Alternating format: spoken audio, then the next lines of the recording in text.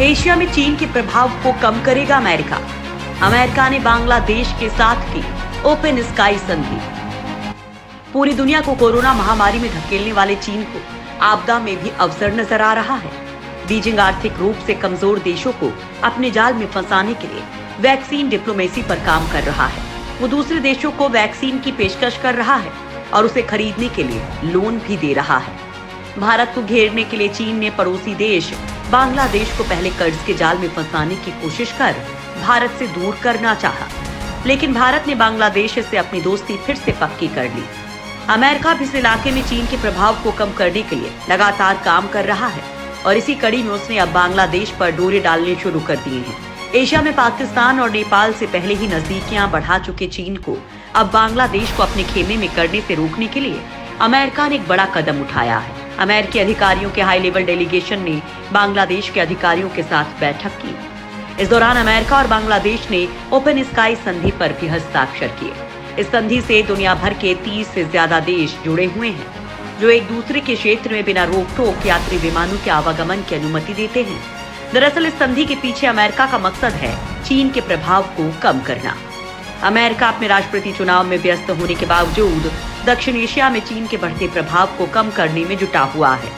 भले ही अमेरिका में कोई भी राष्ट्रपति हो, लेकिन सबकी नजर इंडो पैसिफिक स्ट्रैटेजी पर टिकी रहती है। ये बैठक पहले 30 सितंबर को आयोजित की जाने वाली थी, लेकिन कोरोना वायरस के कारण इसमें देरी हुई है। अमेरिका की तरफ से इस बैठक में अमेरिकी आर्थिक विकास, ऊर्जा और पर्यावरण के उप मंत्री कीथ क्रैट शामिल हुए। अमेरिकी विदेश विभाग ने एक बयान जारी करते हुए कहा कि विमानन समझौता हमारी मजबूत आर्थिक और वाणिज्यिक साझेदारी का विस्तार करेगा। इससे लोगों के बीच संबंधों को बढ़ावा मिलेगा और एयरलाइंस, ट्रैवल कंपनियों और ग्राहकों के लिए नए अवसर पैदा करेगा। माना जाता है कि अमेरिका में 5 लाख के आसपास बांग्लादेशी लोग रहते हैं। इससे ढाका से अमेरिका के लिए सीधी वायु सेवा की शुरुआत भी हो सकेगी। इस सेवा को 2006 में आर्थिक घाटे के कारण निलंबित कर दिया गया था। बांग्लादेश में बड़ा निवेश करने को तैयार अमेरिका। दोस्तों, चीन की विस्तारवादी नीति का सबसे बड़ा पहलू है निवेश। चीन किसी भी छोटे या गरीब देश में एंट्री के लिए निवेश का सहारा लेता है, फिर समय बीतने के साथ लोन का जाल फेंकता है और जब वो देश चीन के कर्ज के बोझ तले दब जाता है, तब चीन शुरू करता है कब्जे का खेल।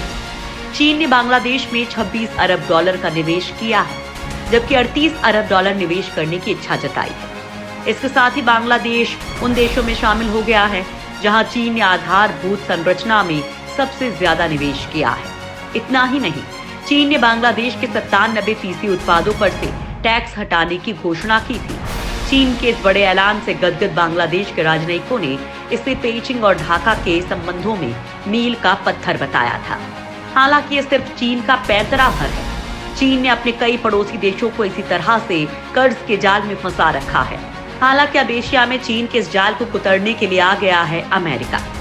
उसने इसकी शुरुआत बांग्लादेश से की है। ओपन स्काई संधि की बैठक के दौरान अमेरिकी मंत्री ने कहा था कि हमारे देश की कंपनियां बांग्लादेश के ऊर्जा, आईटी, फार्मास्यूटिकल और कृषि क्षेत्रों में निवेश के लिए तैयार हैं। वहीं बांग्लादेश और अमेरिका के बीच एक सीधी हवाई सेवा समझौते की भी शुरुआत हुई। इस ओपन स्काई पॉलिसी के तहत बांग्लादेश और अमेरिका के बीच सीधी उड़ान आयोजित की जा सकेगी। दरअसल अमेरिका के बांग्लादेश में निवेश करने से चीन का प्रभाव कम होगा। इसका पूरा फायदा भारत को ही होगा, क्योंकि चीन अपने अरबों डॉलर के बेल्ट एंड रोड इनिशिएटिव में बांग्लादेश को शामिल करने के लिए एड़ी चोटी का जोर लगा रहा है। इस परियोजना की मदद से बंगाल की खाड़ी में चीन अपनी पहुंच बनाना चाहता है। इस क्षेत्र में भारत के अंडमान निकोबार और विशाखापत्तनम सहित कई नेवल बेस और रणनीतिक ठिकाने हैं। चीन का मकसद बांग्लादेश को साध कर भारत को घेरने का है। वह हिंद महासागर में श्रीलंका और मालदीव को पहले ही अपने कर्ज के जाल में फंसा चुका है। नेपाल पहले से ही चीन की भाषा बोल रहा है और पाकिस्तान तो उसका सदाबहार दोस्त ही है। ऐसे में अमेरिका का बांग्लादेश में निवेश करना चीन के सपनों पर पानी फेरने जैसा है। क्या है ओपन स्काई संधि?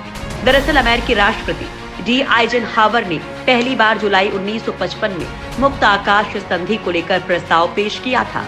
प्रस्ताव में कहा गया था कि अमेरिका और तत्कालीन सोवियत संघ एक दूसरे के क्षेत्र में टोही उड़ानों की अनुमति दे। उस समय संधि को लेकर कुछ खास नहीं हो पाया था। इसके बाद मई 1989 में जब राष्ट्रपति जॉर्ज बुश ने फिर प्रस्ताव पेश किया, तो फिर नाटो देशों के बीच बातचीत शुरू हुई। इसके बाद फरवरी 1990 में वारशॉ पैक्ट लागू हुआ। हालांकि बांग्लादेश के साथ अमेरिका की यह संधि केवल यात्री जहाजों को लेकर आसमान देने भर के लिए है। दरअसल इसके पीछे का मकसद सिर्फ इतना ही है कि अमेरिका बांग्लादेश में रहकर चीन के कामों पर नजर रख सके।